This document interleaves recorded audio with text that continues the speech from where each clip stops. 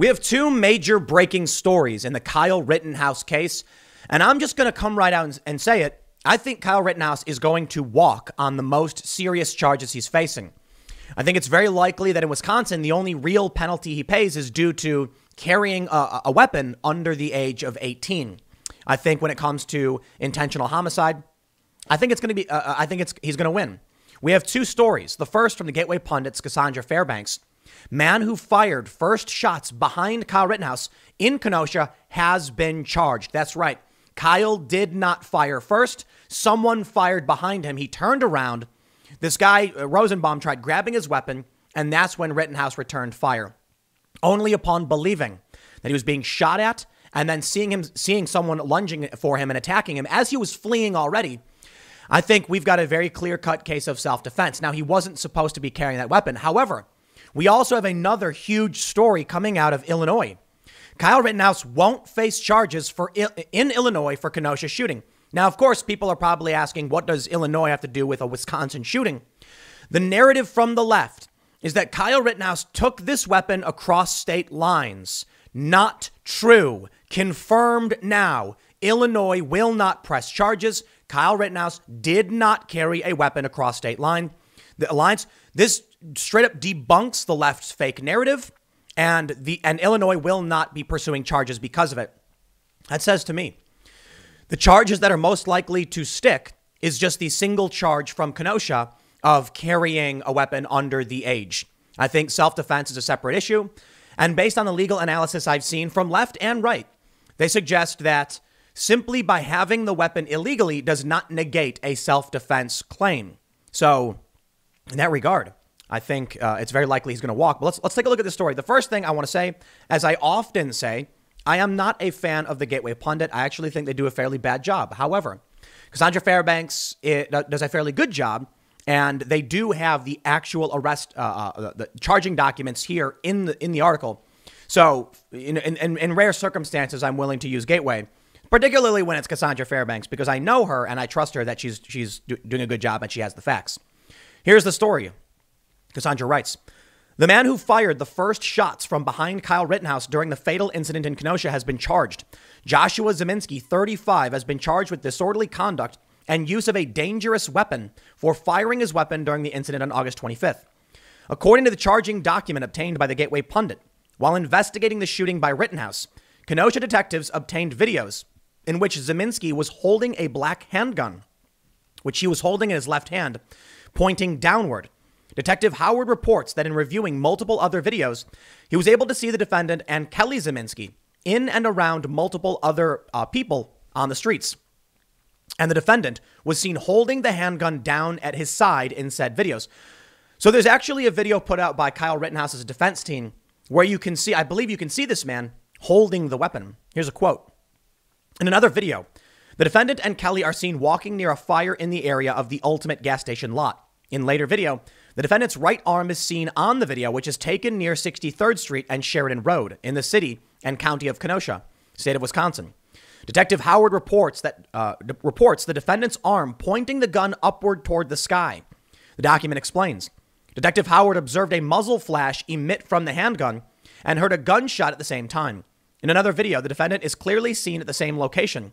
The defendant is seen walking in the same area, holding his right arm upwards and firing off one shot from his handgun. The defendant and his wife are seen leaving the area. Several other people are in the nearby vicinity when the defendant fires the handgun. I hate to say it, but I called this. I predicted this. My fear over the past several years was that with more and more people bringing guns to these events, eventually what will happen is someone will fire a shot in the air, and they've done it before, and that would result in someone believing they were being shot at. That's all it takes. It's this man, Zeminski, who lit the powder keg. He lit the fuse on that powder keg. Kyle Rittenhouse running from someone chasing him, hearing a gunshot, turning around to assess the threat, getting attacked, and then firing clearly in self-defense. That's the story we have for now. Let's read more. The police go on to report that when speaking to Zeminski and his wife, who was present at the time, both admitted that he had fired off a warning shot into the air. That is not legal. There is no such thing as pointing a gun in the air and shooting it. These people watch too many movies.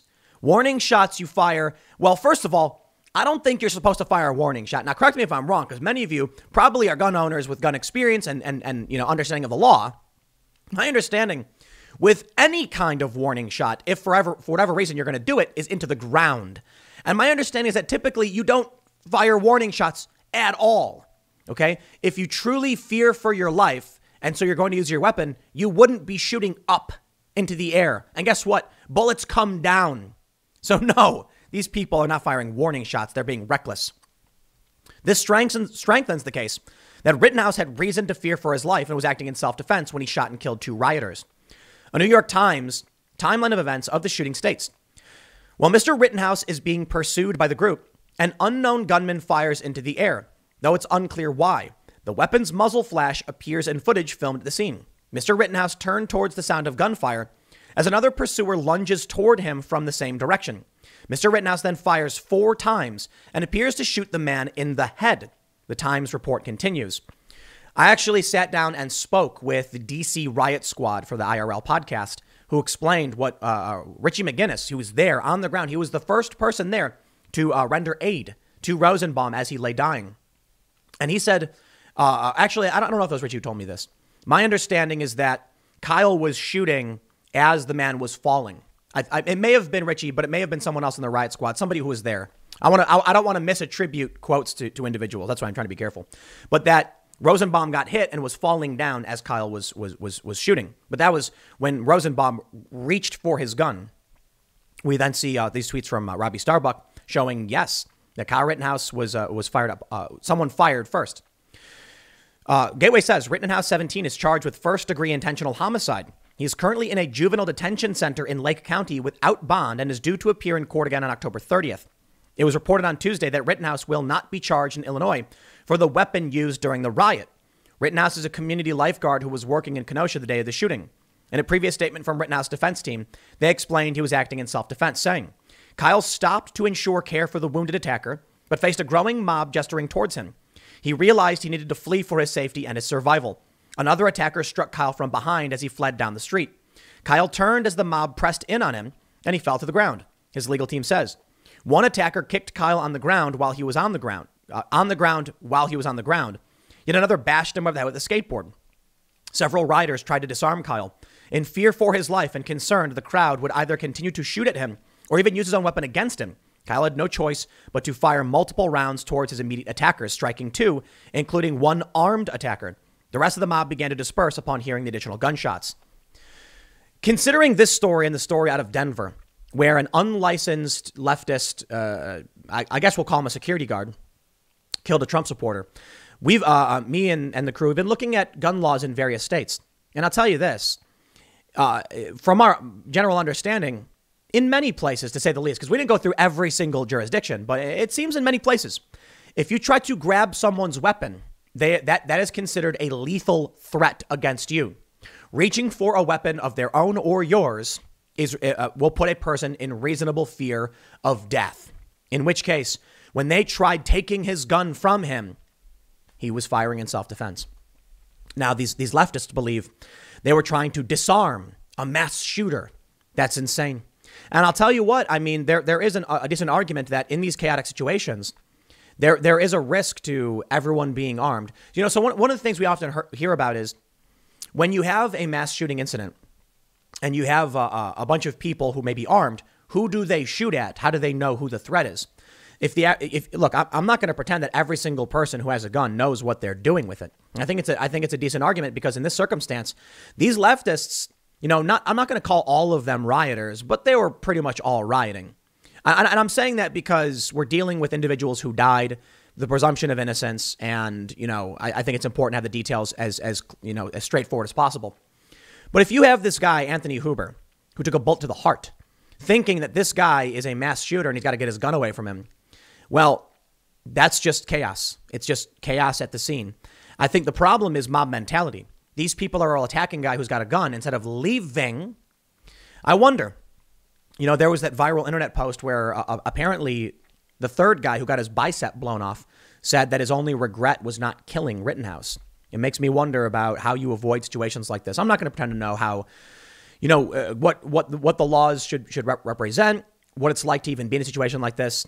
I wasn't there on the ground. I have had a lot of people tell me that they thought Kyle Rittenhouse did a good job in terms of assessing the threat, fleeing, and from, you couldn't, I've criticized him saying he was foolish. And what I mean by that is I don't think he should have gone out there with a gun because things like this are too likely to occur. Others have said there's a duty from individuals to guard their community, and that when presented with people with their hands up, he lowered his weapon. And it would seem that he was acting coolly and calmly and seemed to have been doing a good job in that regard. I'm not saying that. I don't know. That's what I'm saying. What I am saying, however, is that based on on this charging document right here, we can see it. Disorderly conduct and use of a dangerous weapon. I think it's fair to say this is tremendous evidence for self-defense for Kyle Rittenhouse.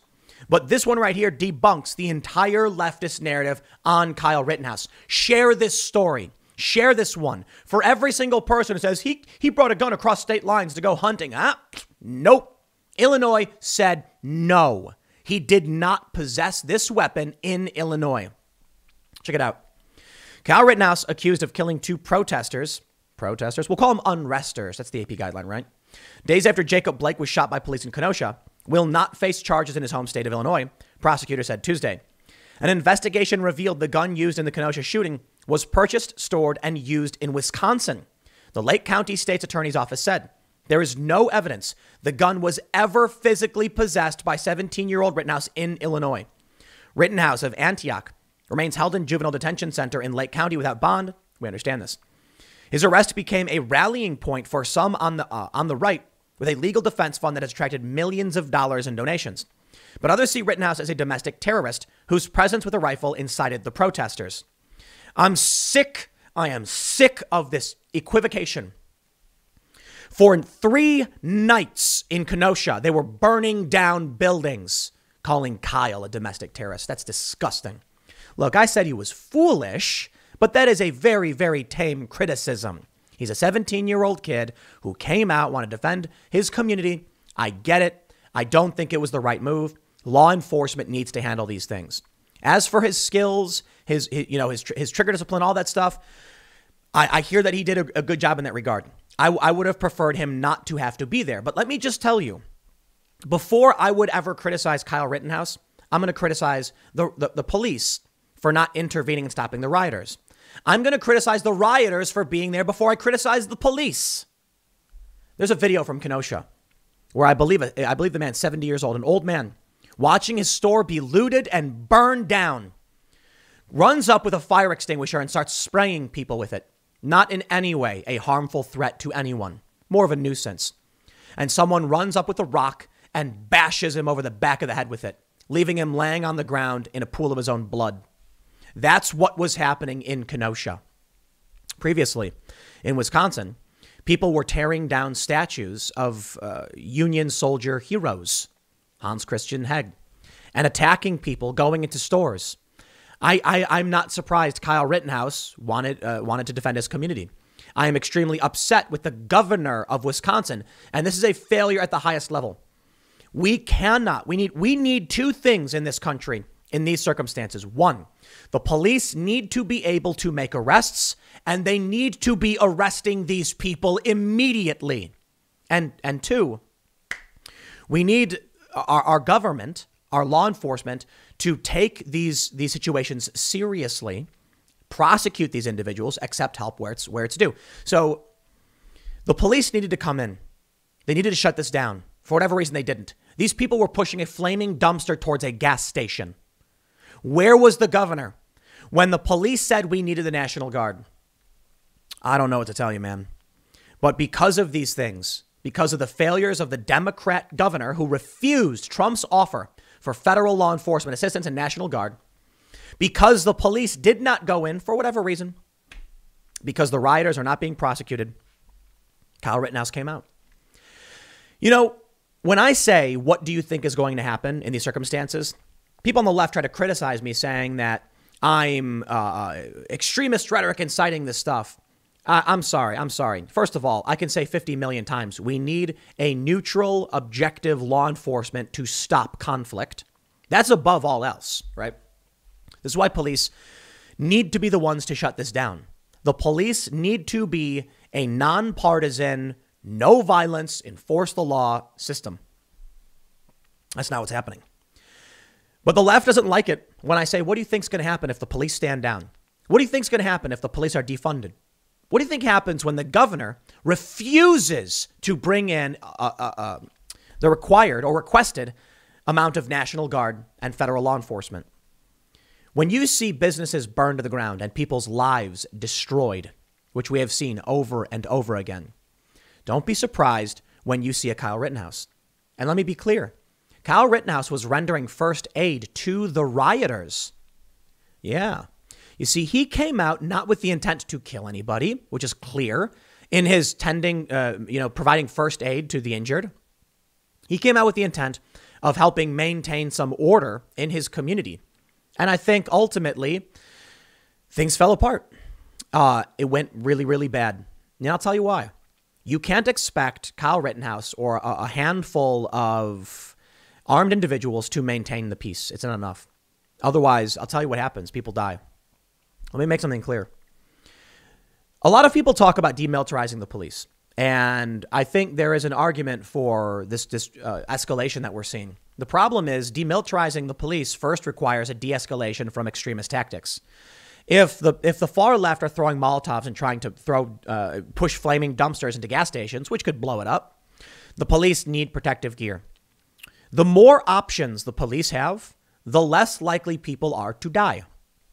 Case in point, chokeholds. Think about what a chokehold does when properly applied. It makes someone pass out.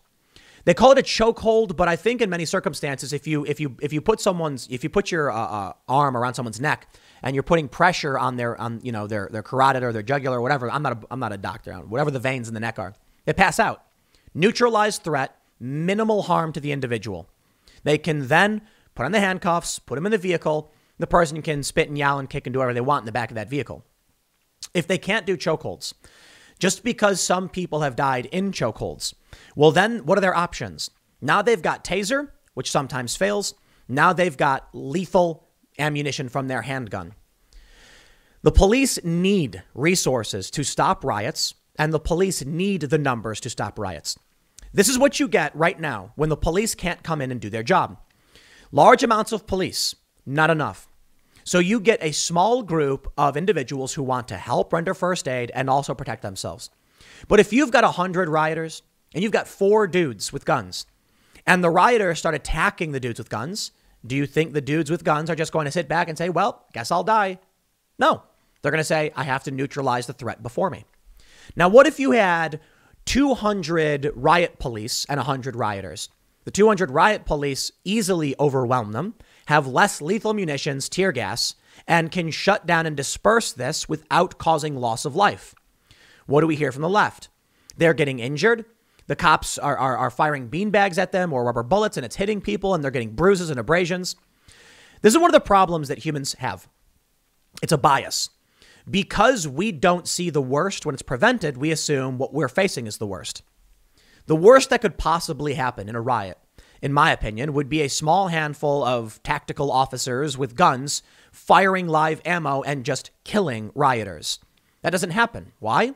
Because we've equipped the police with options, less lethal munitions to not kill people. And I think it's a good thing. But what happens when you give these officers tear gas instead of bullets? Well, now the protesters are like, they're tear gassing us and this is wrong. What's the alternative? Let them burn down the neighborhood or blow up a gas station? I think if someone was going to blow up a gas station and a cop was there and his only option was his handgun, he'd probably shoot the person. And we don't want that to happen either. But that's the point of having weapons, so you can act in defense of yourself and others. Here's what we really want. The rioters to stop. You do not win with riots. You're helping Donald Trump, and the data shows it. Riots hurt your cause. So why are these leftists pursuing this over and over again? I don't know. No reason. They're stupid. They're angry. They want to smash things. And it's only going to make things worse for them.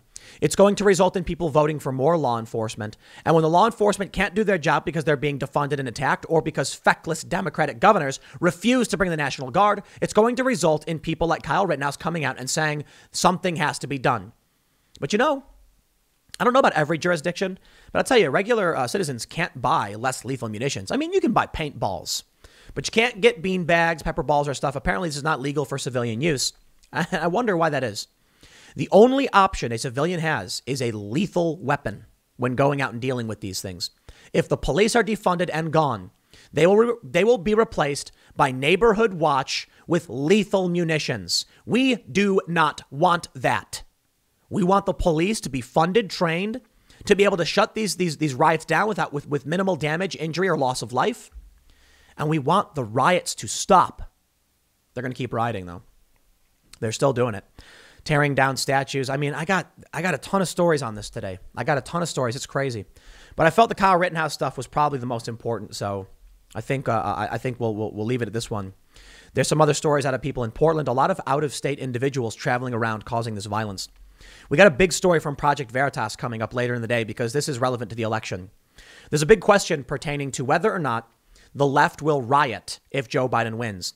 And the answer is, if Joe Biden wins, we now know, thanks to Project Veritas, it will be worse than you realize. Why? I'm going to go through all of this in a later segment. But it seems under Donald Trump, the rioters will be marginalized and crushed by law enforcement. I mean, Trump is trying to do it now. Under Joe Biden, the rioters have pledged to riot anytime he doesn't do what they want. And considering the Democrats won't do anything about it, it means the riots will get worse. Unless, of course, the Democrats just give them what they want and give in to the extremists. I'll leave it there. Next segment's coming up at 1 p.m. on this channel. Thanks for hanging out, and I will see you all then.